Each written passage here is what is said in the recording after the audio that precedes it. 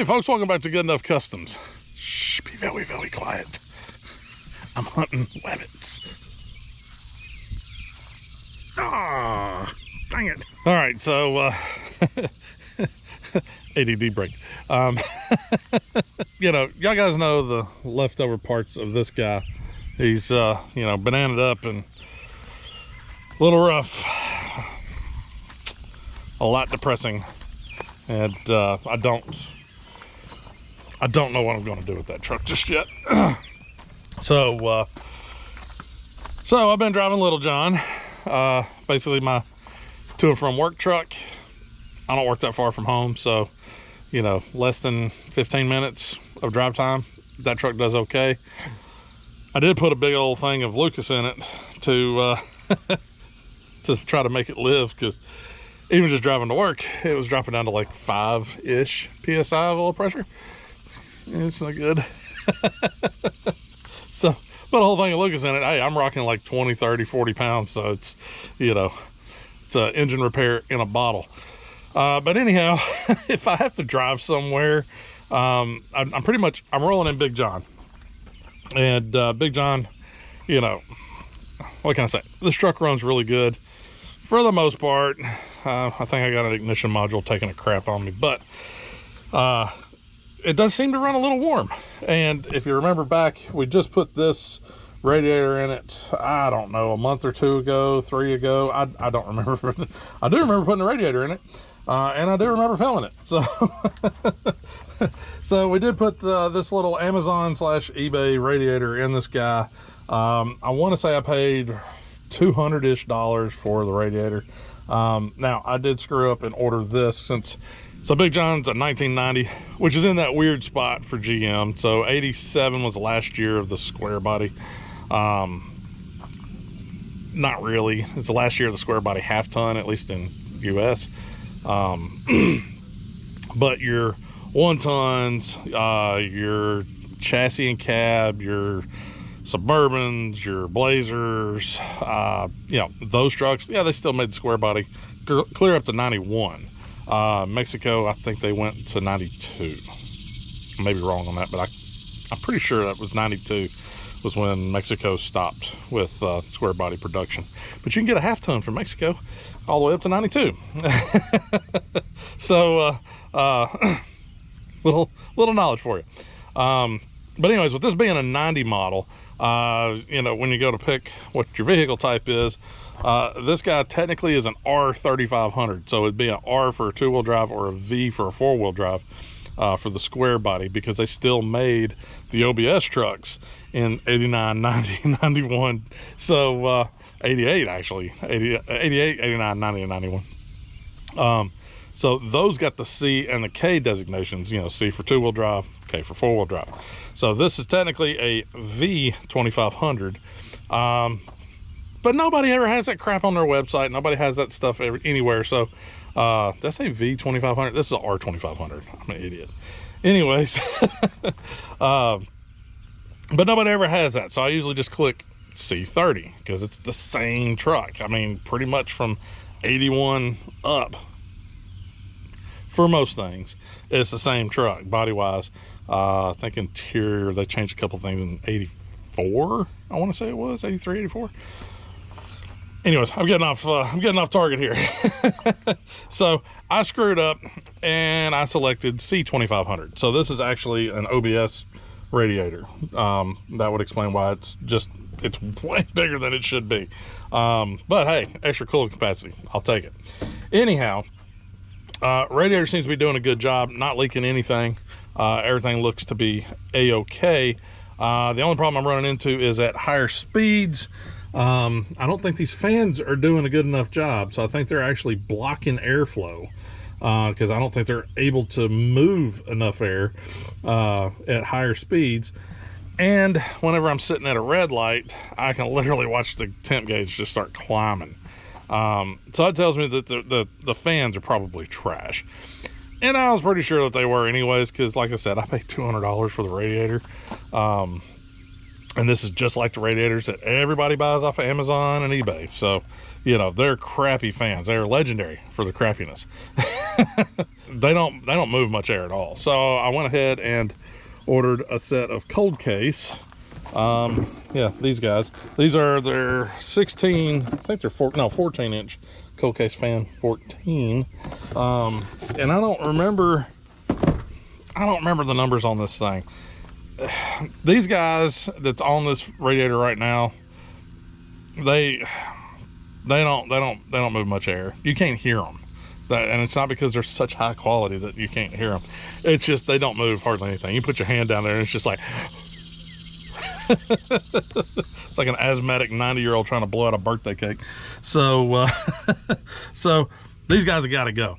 Those cold case, I can't remember the specs on them. I'll look them up. I'll throw them down below. I want to say they're like 24 or 2600 CFM. I don't know. It was a fair amount. Now I know there are better fans out there, but I'm also on a budget. Those guys are like $45 a piece. So, you know, 90 bucks worth of fans plus shipping and everything. I'm $100 in on these fans, $300 in on the whole thing. So we're gonna wire these turkeys up. I've already got these guys wired, and I think I just hardwired them. Yeah, I didn't put a clip on them or anything like that. They're just hardwired in. So that's pretty much what we'll do here. I do have a gripe though, because I was opening this up yesterday and I was just like, oh, let's just make sure this is exactly what I thought I ordered. And it is. But I have a gripe. Hang on a second. So here's the fan. This is great. Look at all these nice curved blades. I don't remember what blades this other one has on it, but you know, like I said, 2600 CFM. It gives you a plug. I'm so happy they gave me the male end to a plug. They don't give you the female end. What the hell am I supposed to do with this? Why? So I guess maybe it goes into the cold case aluminum radiators. Maybe, but you know, I'm not dropping that kind of money on a radiator unless I absolutely have to. But yeah, that's just a gripe. Hey, you know what? Just include the other end of the pigtail, for God's sake. It's not that much. Anyhow, I'm gonna get some tools. We'll get these guys pulled off real quick. I'm gonna jump the switch over here, and then here's our fans.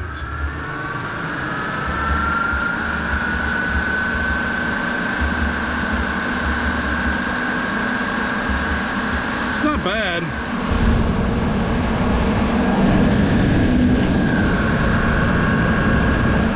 So I'm putting the microphone directly in front of the fan. Maybe it's making noise, maybe it's not. I don't know.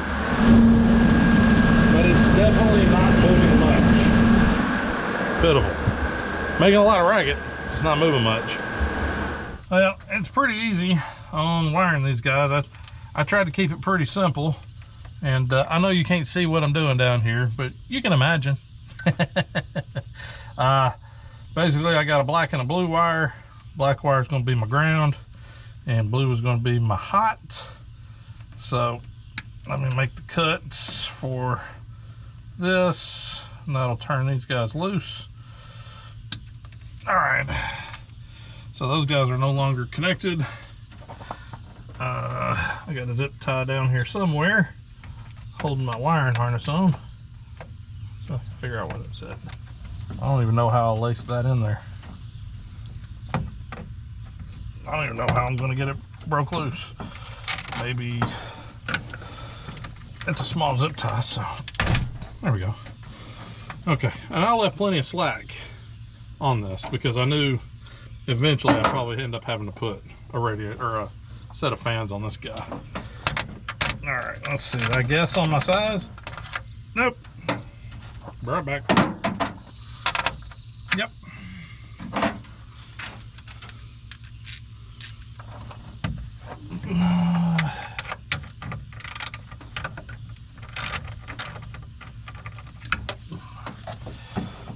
Since I'm working outside, I'm trying to be very, very sure I don't drop any pieces and parts, because I really don't want to waller around in the gravel.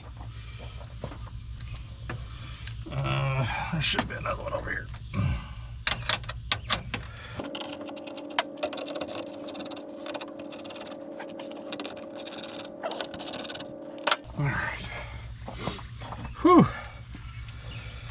She warm out.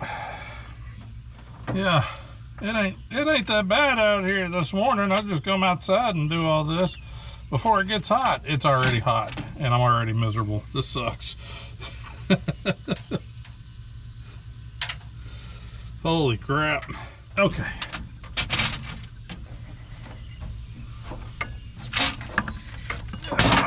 Come on, you son of a gun. There we go. Yeah. So first off, big difference is 12 volt 80 watt. These other ones are 12 volt 120 watts. So 50% more power. All right, I'm just gonna set these off to the side. We are not destroying those because well, frankly, they may come in handy one day. Okay, how do we want to clock these for cabling? And how will this allow us to clock it? So it looks like that's pretty standard. All right.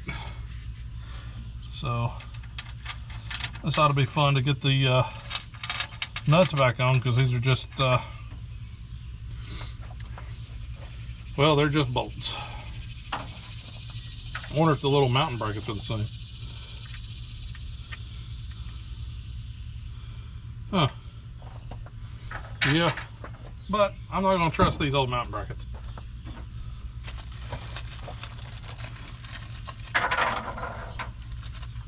Yeah, these other ones look a little bit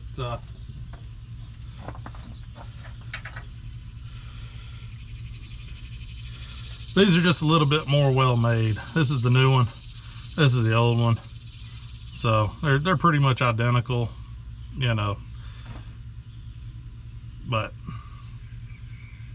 yeah, I don't know. We'll go with the new one since they came with it. Might as well, right? Let's see, we were gonna clock this down like that. And I was gonna slide that guy down like that, so I can hang him on this like this.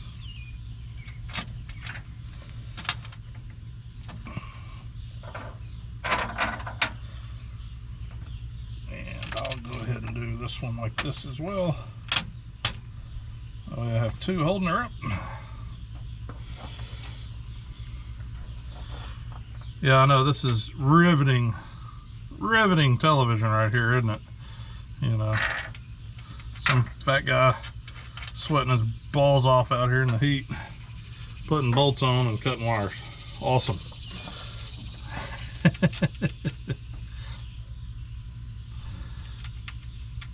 Don't worry, most of this stuff's going to be skipped over anyhow. No sense in boring everybody to death on it. Well, that took a lot longer than expected, but I do have them wired up, and I got the new fans installed. I know it looks the same as it did before, but let's make sure I got them wired up the right way. So they should be pushing air out towards the engine, and they should make a little bit more noise.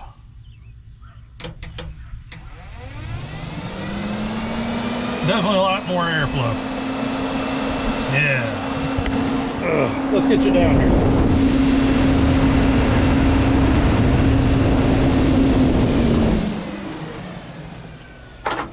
Yeah, that ought to do it.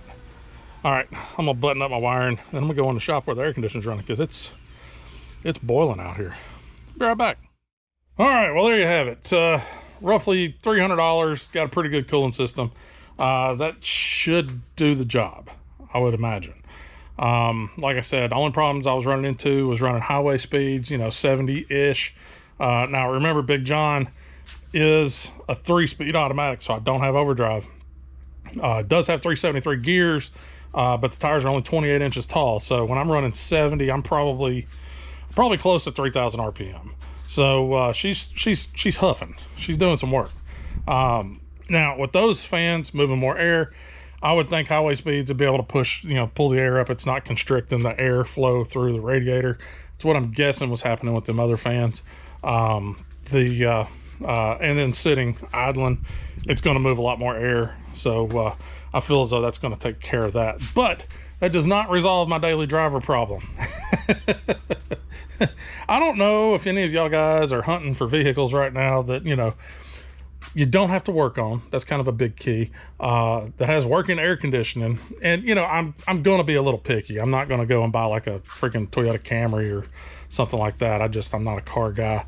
But trucks and SUVs, I've been looking at both, and it is, man, it is nuts out there. If you're looking in the high range, which I was like, okay, I'll finance something if I have to, you know, we're talking, I'm going $25,000. You're looking at 10, 12-year-old vehicles that are, you know, 120,000 miles. Realistically, it's not terrible, but if I'm spending that kind of money on a vehicle, I kind of want something with lower miles and, you know, a little bit newer, you know, something 5 or 6 years old instead of twice that. But that's what it's looking like on that end. And then on the other end of the spectrum, just paying cash for something, you know, $4,000 or $5,000. Man, it is. If you don't want to buy a project, you're pretty much screwed. There's not much to pick from that's in decent shape. That's not just needing a bunch of work. You know, I found a bunch of them with blown trannies or blown motors and, you know, stuff like that. But I'm just like, man, my garage is full right now, and I'm not doing this crap out in the driveway. It's too damn hot. That's why Little John still has the motor that's consuming oil at a rapid pace. But anyhow, one of my thoughts was, you know, I got Steve. You know, he's a project right now, but I get a firewall, and, you know, I already bought a bunch of stuff for the interior to make the interior pretty nice. I planned on doing the big block with the 4L80, so I'd have overdrive. Maybe Steve turns into a daily, but if I'm going to daily the truck, I'm not going to run a big block. I'll probably LS, but you know, that's, again, don't know if I'm going to do that or not. I've been thinking about it, but you know, it'd be kind of nice to daily Steve, have a, you know, classic old truck, air conditioning, overdrive, fuel injection. That's tickling all the right buttons, and I do enjoy driving this truck. I would daily Big John, but man, that truck's just a pain in the ass to park. If I'm just being honest, it is a nightmare to park, man. These parking lots are not made for a crew cab long bed dually. It's a challenge. So yeah, Big John is definitely not daily driver. Little John wouldn't make a bad daily, but, you know, like I said, the motor's crap, and it's friggin' hot, so I don't really want to be out in the driveway trying to do an engine swap. You know, yeah, I know, I'm spoiled. So that's kind of where we're at on the daily driver status. Don't know exactly what I'm going to do there, but options are on the table. Still hunting, still looking, try to figure out something, but not in a huge rush. Burning question on everybody's mind is, when are you going to get back on Steve? Well, Steve is just kind of sitting here chilling for now. I am still wholeheartedly getting my butt handed to me at work. We are very, very busy. So a lot of days I come home, I'm just drained. I can't even think about coming out here and working on something. And then weekends is just recuperating. To be honest with you, recuperating and fixing crap around the house that I've ignored for the last 3 years. But I will be getting back on Steve. You know, again, I know I keep saying this, but soon. And I've actually got this week off.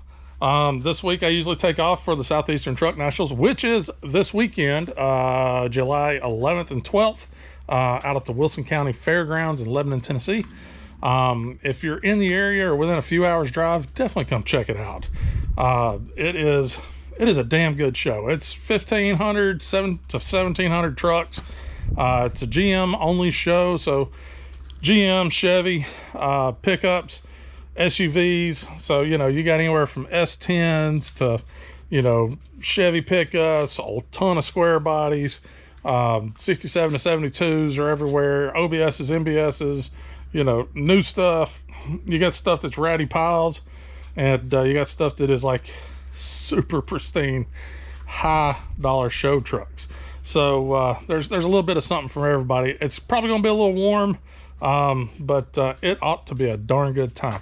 Now, me and my buddies, we usually set up in the same spot every year, and it's in a pavilion right next to the swap meet. So I'll throw a little map up right here that kind of shows where we're at. And we'll be there on Friday and Saturday, and probably just having a good time, kicking back, chilling out with the boys, and you know, going out and looking at vehicles and doing all that stuff. There'll definitely be a video for that. But it's a good time. I highly recommend everybody come out to that and check it out. So anyhow, with all that said, I guess we're going to close this one out. So y'all guys, I do appreciate you watching and sticking with me here during this time of trials and tribulations. I do appreciate y'all guys sticking with me, and hopefully we'll get back to it pretty soon, and I can start doing weekly videos again. But if y'all guys want to follow me on social media, right now I'm not posting a bunch. I'm literally just kind of blacked out on everything. But if you want to follow me on social media, that information is listed down in the description. If you like the video, be sure and hit the like button. If you got any comments, questions, concerns, what have you, be sure and drop those down below. I do read them all. And I think that's it. Oh, I'll also put I'll put a link to the fans that I put in Big John.